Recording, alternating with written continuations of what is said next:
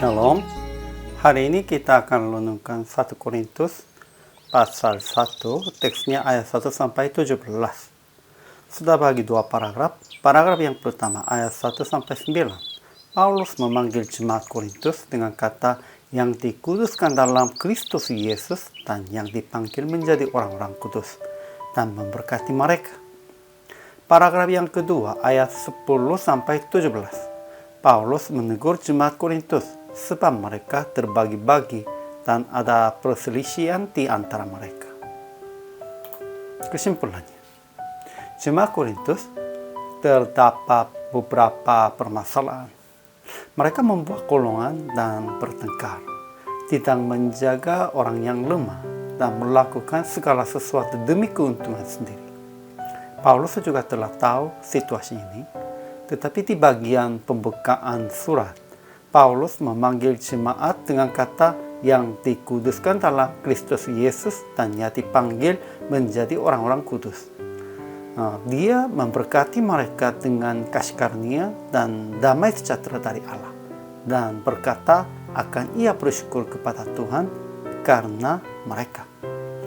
Menurut Paulus, jemaat Korintus memiliki keahlian, yaitu mereka kaya dalam segala macam perkataan dan pengetahuan. Dan dia yakin bahwa mereka akan menjadi teguh sampai kepada kesudahannya. Namun berikutnya, Paulus berkata tentang situasi yang jemaat terbagi-bagi dan perselisihan di antara mereka. Paulus berkata bahwa bukan Paulus disalibkan karena kamu, melainkan Yesus disalibkan. Mereka dibaptis juga dengan nama Kristus. Ajaran tentang Allah. Pertama, Allah memanggil Paulus untuk menjadi rasul Kristus Yesus. Kedua, Yesus membuat kita kaya dalam segala hal, dalam segala macam perkataan dan segala macam pengetahuannya. Ketiga, Kristus mengutus Paulus bukan untuk membaptis, tetapi untuk memberitakan Injil. Dan itu pun bukan dengan hikmat perkataan, supaya salib Kristus jangan menjadi sia-sianya. Kemudian ajaran tentang manusianya. Pertama, di bagian pembukaan surat, Paulus memanggil jemaat dengan kata yang dikuduskan dalam Kristus Yesus dan yang dipanggil menjadi orang-orang kudus. Dan dia memberkati mereka dengan kasih karunia dan damai sejahtera dari Allah, dan berkata akan ia bersyukur kepada Tuhan karena mereka. Memang jemaat Korintusnya kelihatannya tidak layak dengan perkataan ini, dengan berkat ini. Namun tetap Paulus memberkati mereka. Sekalipun terlihatnya tidak sesuai dengan itu, harus kita memberkati mereka.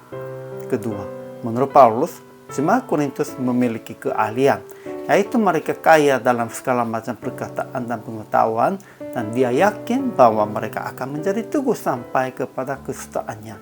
Namun bukan karena mereka cukup hikmat dan cukup berkekuatannya, hanya dalam Yesus Kristus. Hikmatnya juga kekuatannya hanya dari Yesus Kristus, sehingga mereka ada semua perkataan dan pengetahuan dan akan menjadi teguh sampai kesudahannya.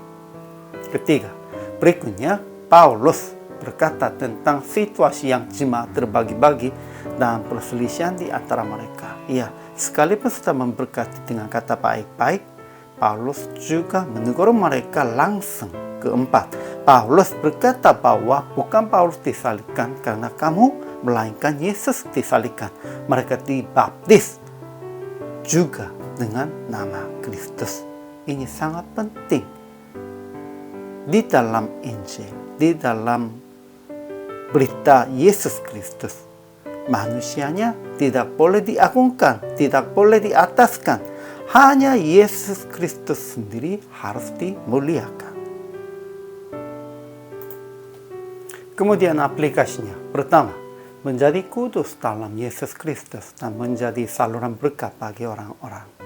Kedua, percayalah yang telah memiliki keahlian. Kita telah kaya dalam segala macam perkataan dan pengetahuan, sebab Yesus Kristus. Di dalam Yesus Kristus kita cukup berhikmat. Segala macam perkataan dan pengetahuannya sudah cukup dan kaya.